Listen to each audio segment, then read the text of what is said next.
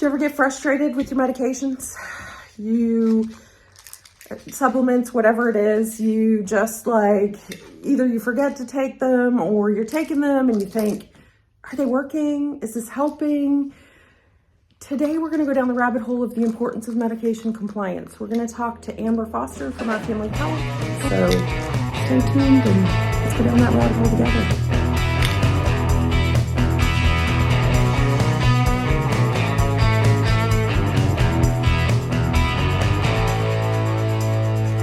Welcome back to Down the Rabbit Hole podcast. I'm your host, Alexis Burton. Today, I have a super special guest with me, and we're going to talk about something really super important. I know I talked in previous podcasts about common themes in the therapy room, and this has been a really big common theme, and I think it needs to be talked about because it's super important and can be somewhat dangerous.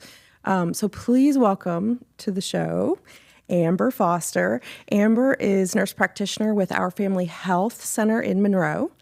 And I've known her for, 10 plus years. Mm-hmm. I was about to say, I've been at the practice for almost 11, and been there for that long. Yeah, I've probably been there that long. And I also want to say Amber is one of my biggest pushes to be a therapist. I was. You were so supportive and so just you were like a cheerleader for me. Every time I saw you, you were like, you got this, you got this. How's school? Let's do yes, it. Let's well, do part it. of it, let's be a little selfish. Part of it is because I need patients to have accessibility to therapists. Yeah. And there's just not a ton in small town Georgia. And so, and we've always kind of vibed. We're very similar. Similar personality. Yeah. And so I tell my patients all the time, I am not a therapist. I am a fix-it girl. I am you have this problem, differential, fix it. Yes. And I tell my patients, I'm not a therapist. Do not talk to me about therapy. I do not have any empathy. That is where you come in.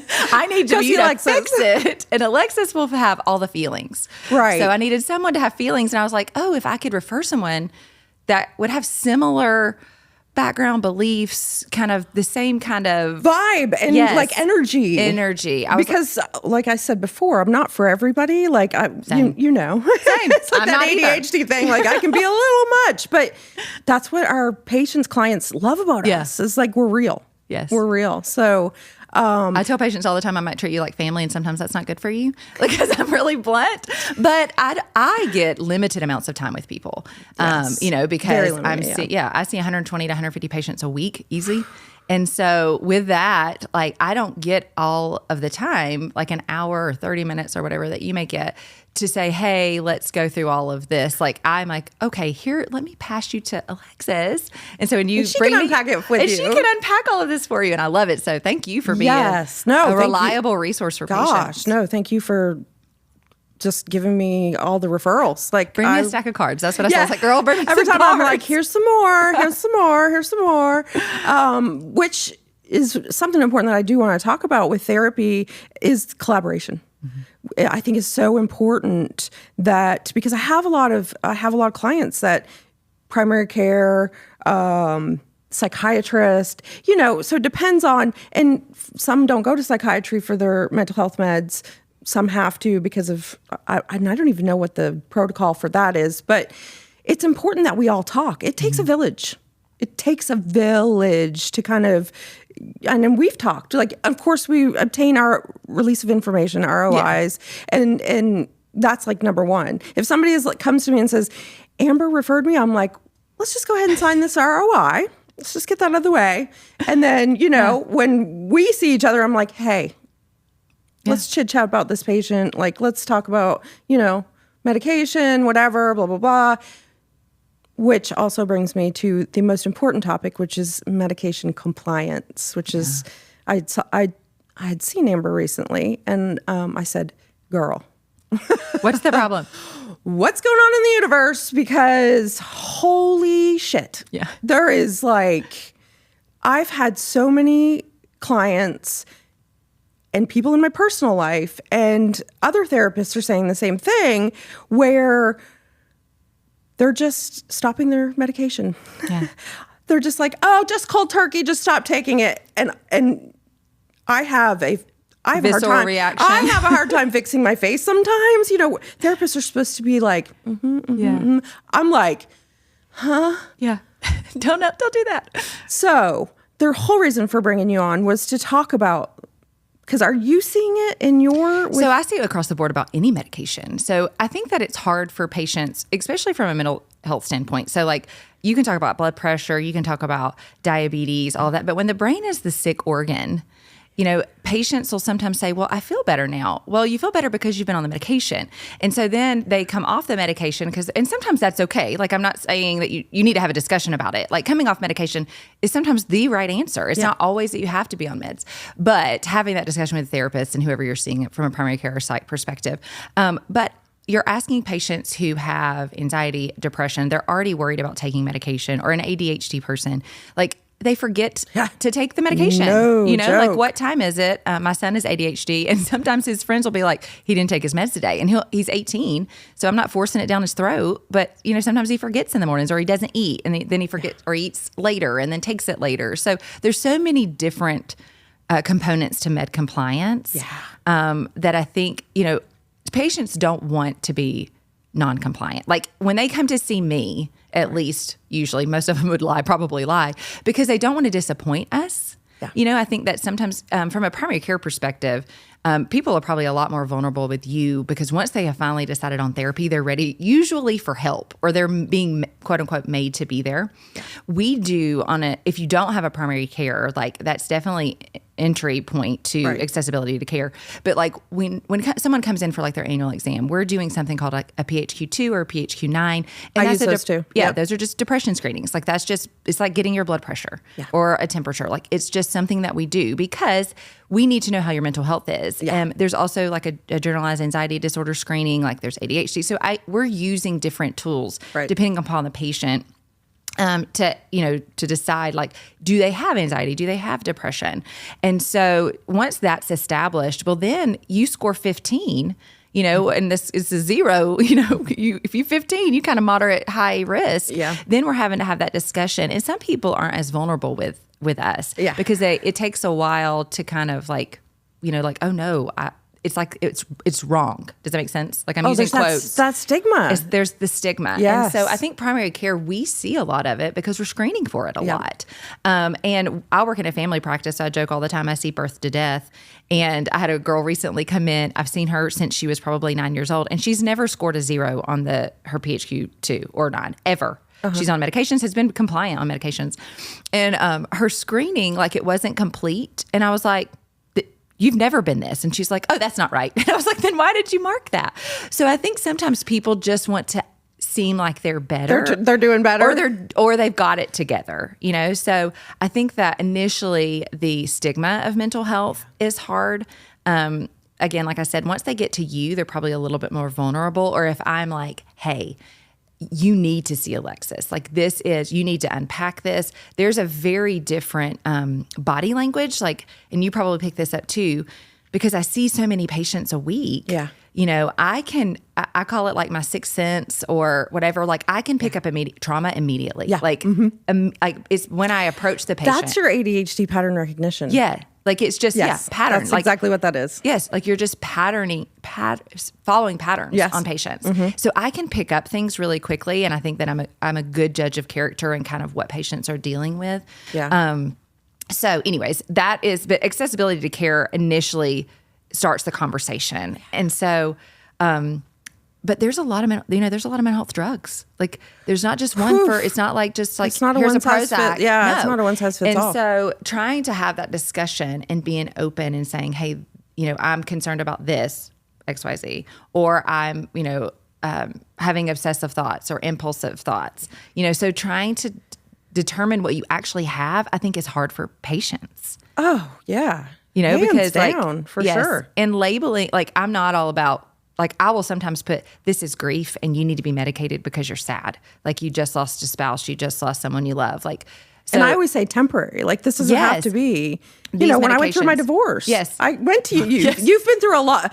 We've been through all together. of my traumas as in adulthood anyway. And I went to you. I was like, okay, I'm really struggling. Yeah. I need something, but temporary, because this is, and Amber will tell you, I struggle with medication compliance. This is like something I actually struggle with myself and have forever. The ADHD meds is just because I forget, like literally. Yeah. But the other meds, I just don't want it. I don't want to take it. Yes. I don't want to, even though I know I have to. Yeah. Well, even for any medical diagnosis, but especially with mental health diagnosis, it's like, why can't I pull my bootstraps up, put my big girl panties on? Like, why am I struggling with this so much? Why do I have to rely on this medication? And sometimes it's truly like you have serotonin deficiency. Like, it's just like an imbalance. It's an imbalance. It would just be like me telling a diabetic, well, put your big girl panties on. Like, that doesn't work. Yeah. Like you have to be treated. Fix your pancreas. Yeah. Like it's just not going to work. Like you can't will yourself to have low blood sugar.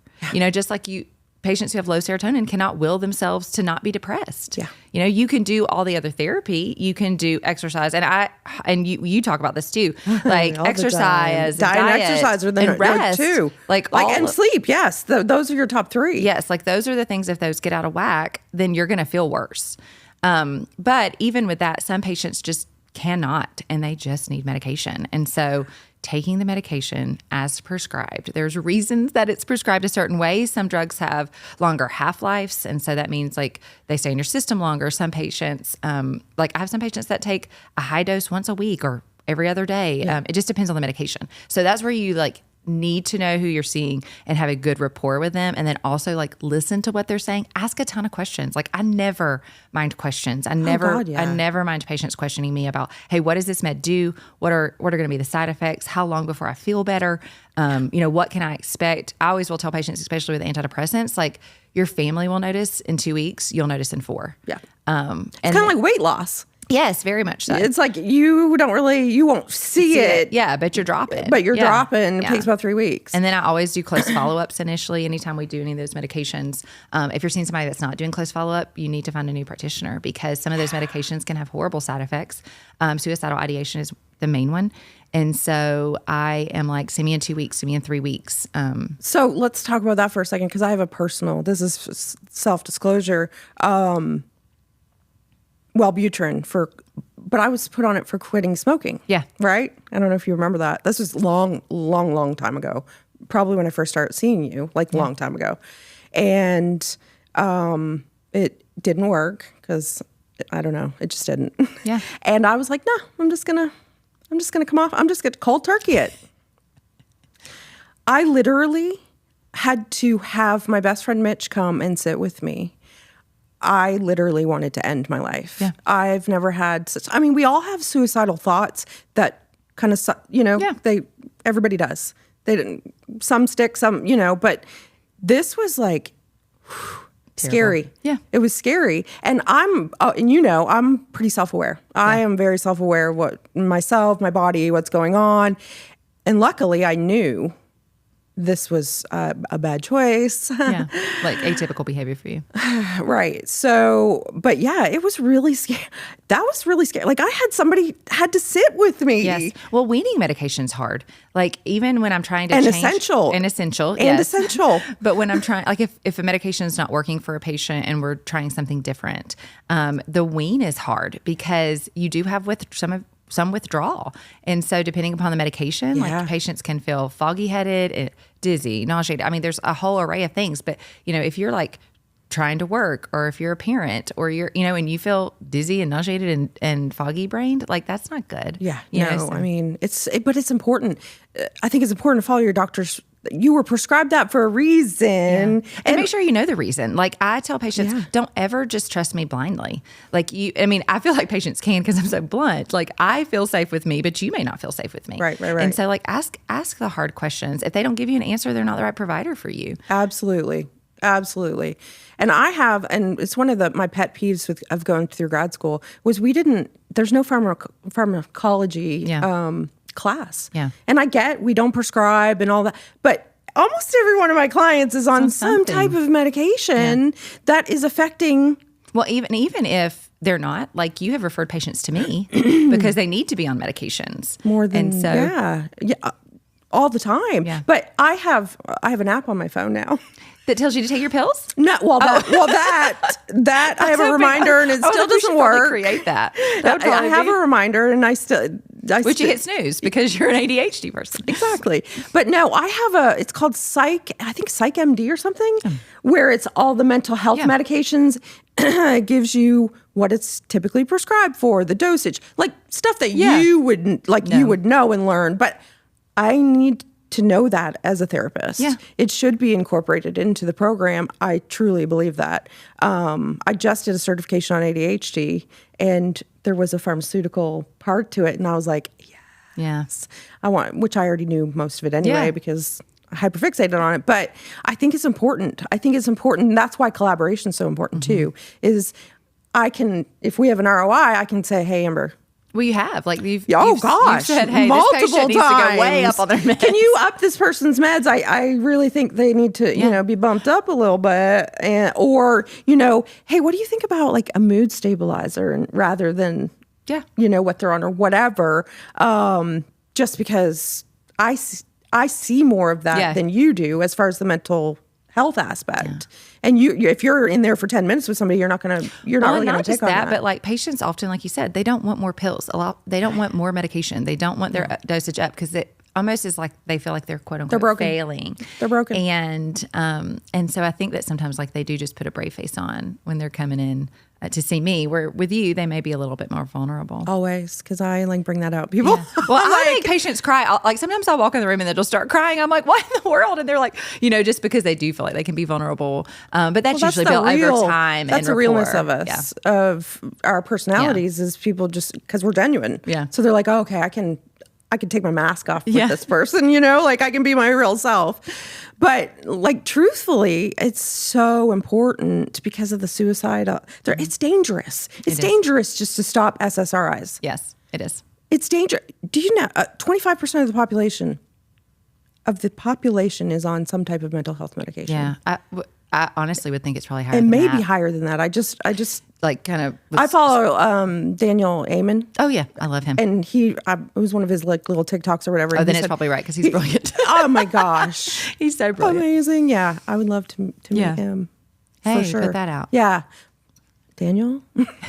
but I think he said about 25% of the population. So that's a lot. Yeah, that's a high percentage. I'm just kind of cataloging through my head today on patients that I saw. And I would say the majority, I think I saw 27 patients today. And the majority. You saw one of mine. I did. After me. She's like, I'm going to see Amber. I was like, tell her I said hi. She said, y'all are doing a podcast tonight. I was like, we are actually. Yeah. So if you hear this, our lovely patient that we share that you saw us today. Love her. Yes, she's great. But she's a perfect example. Mm-hmm. A perfect example of someone who had seen me for years. And I was like, hey, you need to work this out. And I love you enough to send you to Alexis because I'm not the one that's going to work this out. You need therapy. And she's worked really hard. Oh my gosh. She's so wonderful. It's progress. She's amazing. So the collaboration, she's a great example of collaboration. She really is. She really is. I remember you talking when we met recently about a client you had and how long it took them to regulate after cold turkey. Yeah. It was like 11 months. Yeah. 11 months to get back on track. Yes. Well, because sometimes too, I think that when patients stop medications and they know they're having side effects or they're weaning and having side effects, they expect it to I don't necessarily know if they expect the bad, but then they don't realize how down the rabbit hole, so to speak, they go, they just spiral. And so by the time they actually have self-awareness again, it takes months. Even I talked about this earlier. I went on a trip to Maine, maybe last summer, not this past summer, but the one before. And I decided I was going to, because me and medications, I'm going to come off my Adderall. I don't need it. I'm good. And I was with a dear friend of mine who's also a therapist. And I was like, James, I'm so anxious. What is wrong with me? And he was like, what changed? And I was like, well, I quit taking my Adderall, but I didn't think that would affect it. And he was like, girl. Yeah, it does. Yeah. Did you bring it? And I was like, no. And then he's like, the trip's over. Yeah. He's like, we need to turn around. Yeah. But even in that, and I would have never have guessed that Adderall that there would have been that. Well, but then I realized how messed up my reality really was before I started taking it. You know? Yeah. Well, like, and I will sometimes tell patients if they're curious, like maybe I don't need this medication anymore. I'm like, okay, let's have that discussion. Like I'll get an updated PHQ-9 or GAD or whatever it is, the scoring. And then I'll say like, this is how we'll wean. And then let's come back in 3 months. Like anytime I start patients on medication for any reason, I'm like, give it 90 days. I need you to give me 90 days. I tell them that too. I'm like, if she puts you on medication or if you're a doctor, 90 days. You have to give it. Because you need it long enough to feel better and then know what your new normal feels like. Even if that's grief, or sadness, because grief is a very interesting thing to treat because it brings out my aspect of it too. Yes, like it just brings on so many other things. And so sometimes I'm like, give it 90 days. And in 90 days, like you'll still be grieving, but it might look different. And you may not need medication to get out of the bed anymore. Right. And so anyways, but I always will say, give it 90 days and then see how much better you feel. And then of course, if you're not feeling better, well, usually within follow-up closer than that, but I'll switch medications. Like if we need to do something different, like we can adjunct, we can add on, we can take away, we can up the dose. Like there's so many options for medications. The biggest thing is have the conversation. Yeah. Don't just cold turkey it. That is scary. Yeah. I think I read somewhere that benzodiazepines is like, it's like detoxing from heroin. Yeah. Well, the biggest issues, people don't realize, I'll tell patients all the time, like, of course, like, I don't want you doing hard drugs. Like, that's not what I'm saying. But the withdrawal from alcohol and benzodiazepines are seizures. Like, it can literally kill you. Like, literally. I'll tell my patients who are drinking entirely too much, and we'll have this great conversation, or they want to go to, and I'm like, you cannot detox at home. Like, absolutely not. I tell them the same thing. Like you need to go to rehab. Or like if they're like, well, I'm drinking 4 a night and I really want to quit. I'm like, well, don't cold turkey. Like I need you for this next week, I need you to drink 3 a night instead of 4. And then the next week we're going to go down to 2 and let's see how we feel. Because the detox from your body goes into shock. Yeah. The alcohol and the benzos are super they're the worst, I think. Yes. Yeah. I think they're the worst. And the most dangerous, like just, you can have so many other health issues, but yeah, some of the other withdrawals are pretty bad. You just feel terrible.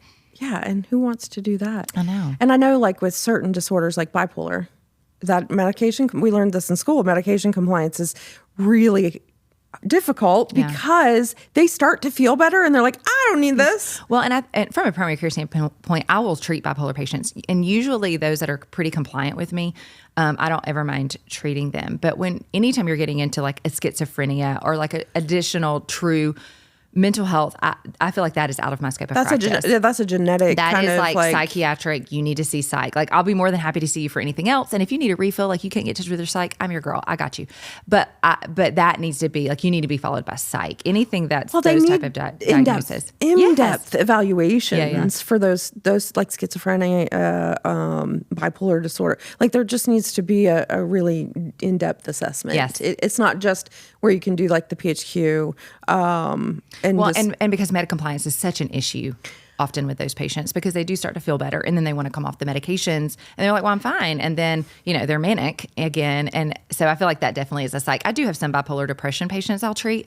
And there's some great new medications on the market for that work really, really well. And so as long as they're compliant, which is a key piece. I won't refer them to psych as long as they're seeing me and they're being compliant. But if they start to be non-compliant, I'm like, okay, now I don't feel comfortable doing this, and you shouldn't want me to do this because I don't feel comfortable. And I'll tell patients, that's not safe. Yeah, it's not safe. It's not safe for them. It's not safe for. It's not safe for me. It's not safe for anybody involved because, especially with schizophrenia or something like that, where they're hallucinating. But I do feel like primary care, we do see a lot of anxiety and depression. Just because we tend to be patients' first stop, easier access to get into primary care. And I said this earlier, but if you don't have primary care, you need a primary care. I see a lot of women who will like wait until after they're done having babies to go, because they're seeing GYN. I'm like, nah, girl, you need a primary care too. So we're usually first access for anxiety and depression, and those are probably the most common diagnoses. We see a lot of ADHD as well, but anxiety and depression is definitely, super, super common. Well, yeah, and I'm learning. I'm doing a certification in personality disorders right now, and one of the fascinating takeaways from that was the teacher or the professor or whoever's doing it was just describing the difference between an illness and a disorder. Now, in our DSM, which is our Bible, our diagnostic manual, it's all disorders. Yeah. But he's explaining it's like, no, technically it's not. Because if you look at things like depression and anxiety, they are illnesses that have symptoms.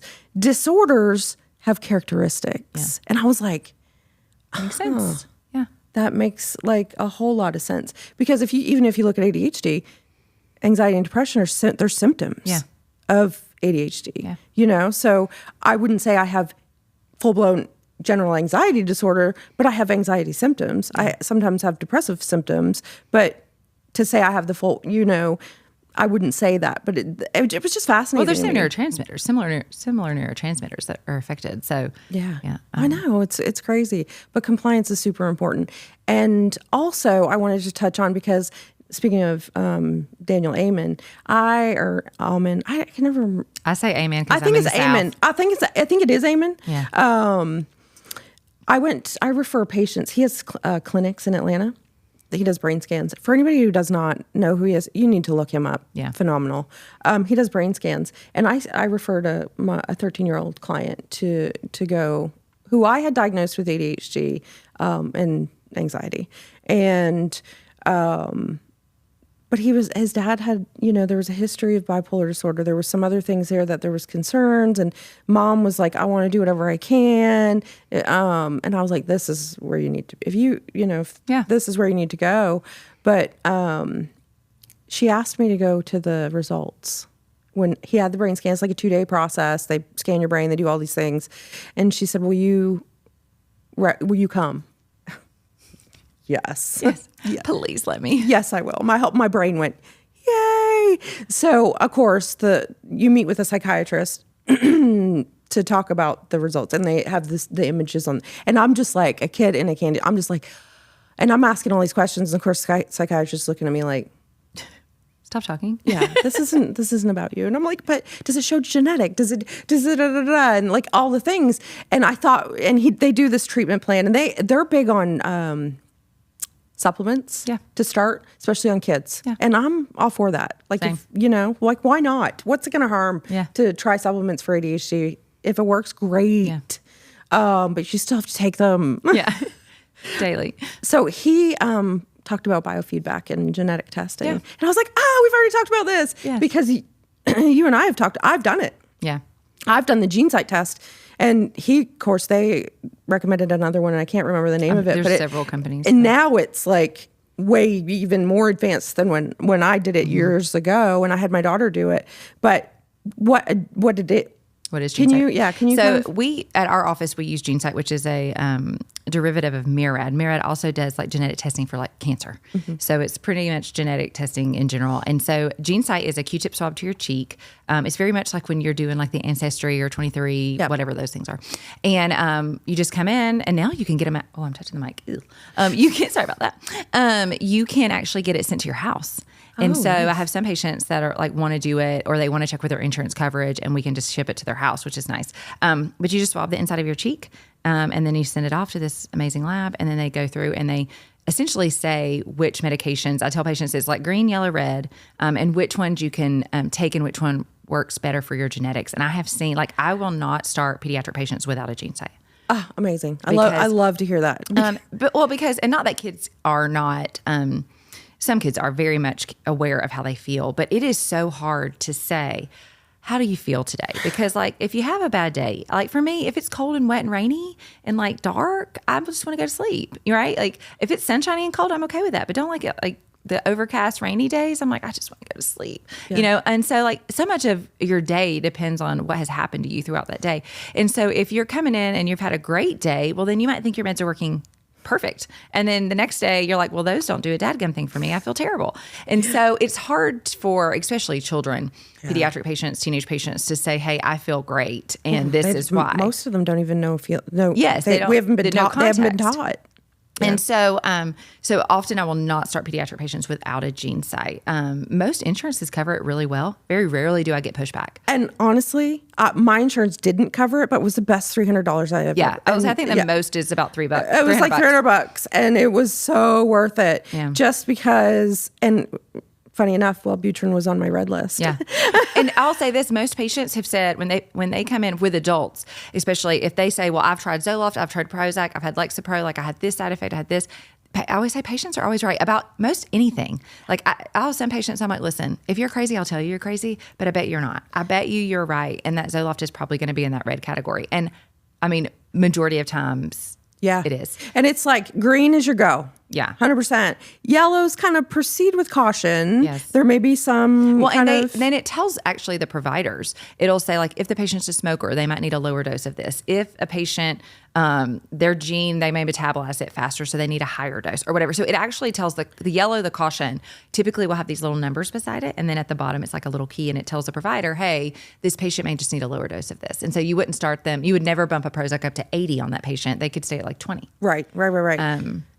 Super important tool. And it's so funny because I have a client, I do EMDR for her, just EMDR. She has a regular therapist that she does talk therapy with, and she also has a psychiatrist. And she was telling me in her intake, I've tried this med, all these, and sirens go off in my head. Like, and I looked at her and I was like, have you done the GeneSight test? And she was like, yeah. And I was like, when's your next appointment with your psychiatrist? Ask them for that. I was like, but then how discouraging for patients, right? Like they've tried 5 meds and nothing's working, so then like, why do I want to keep trying to do this? The funny thing is she comes back the next session. I see her weekly. She comes back and I said, did you talk to your, she was like, oh yeah, she ordered it.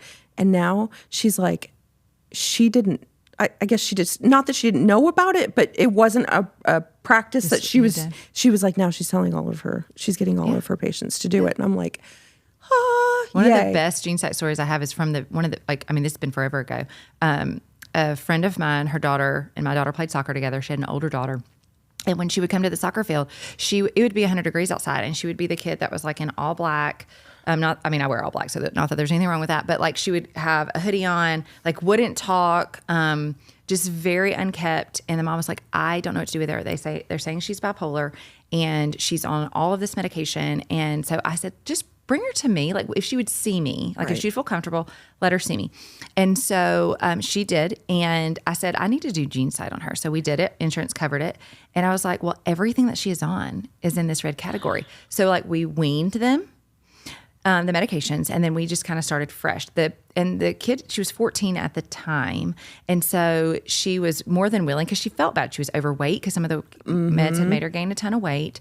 And so she and I talked about it. Her mom was involved, and so within like the course of about 3 to 6 months, she was a different child. Her mom was like, "What in the world?" And so like fast forward through high school, she ended up being like captain of her color guard in high school. Like had all these friends. Completely different child. And she's like, had we not done that, I don't know what she would have done. I don't know where she would have landed. Exactly. And I don't think it's common knowledge. Like, and you're the one who told me about it. I would have had no, and then of course became a therapist. And now I tell everybody like, go get it done. Listen, find a provider. Like if you don't have one, I got you, call, because that's like important information that you need to have, because there's so many people out there that are on medications that they shouldn't be on. And it's trial and error if you don't have that kind of to narrow it down. And I mean, I still have patients that have, they're in the quote unquote green and they still have nausea. Like that's, just a symptom, a side effect of a medication. And so we'll just choose a different one. There's a medication called Prestige. It's an older medication. I hardly ever used it prior to 8 to 10 years ago, because it just was an older class of drug. Now I use it a lot because it's actually on a ton of people's GeneSight and they do well on it. So like it's one of the things that I would have never chose it before just because it was an older drug. And there's newer drugs that, have better, what quote unquote, less side effects and tend to tolerate better. But now I'll use Prestige. If it's in somebody's GeneSight, I'm like, it's cheap, it's old, try it. If you hate it, let me know. Like, but usually it works well. Yeah. So exactly. So that's like super, super important. Yes. Thank you so much for being here. Yes, thank you. Me. I hope you. Thank you for being a resource I can send patients to. Well, thank you for sending patients. I told her, I said, as soon as you get that dadgum license, you better let me know. I will load you up. I have plenty of like people literally stacks of cards. I'm like, here you go. Yes. Every time I go. Yeah. I hope you can come back and there's so many topics that we can discuss. If you have any questions on GeneSight, you can look it up. If you need an amazing provider in the Monroe area, Our Family Health are phenomenal. Thanks for watching, and please share, like, subscribe, do all of the things. Look, I finished in 5 seconds. I had 5 seconds to spare.